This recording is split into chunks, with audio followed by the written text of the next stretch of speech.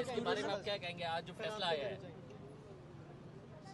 आप लोगों का, जो 23 सीटों पे जो आज फैसला बहुत ही खुशाइन फैसला है, इसलिए कि जो कॉन्स्टिट्यूशनल राइट होता है वोटर का, उसको प्रोटेक्ट करने की ज़रूरत है।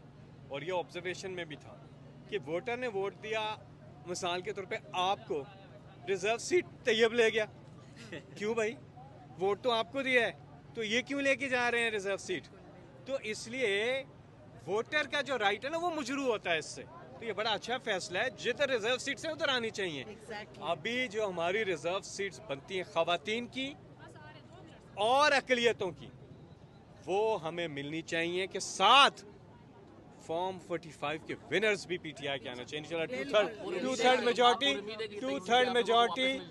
थर्ड मेजॉरिटी उन सारी पार्टियों की मिला के नहीं होगी, 2/3 मेजॉरिटी अकेले इमरान खान की होगी।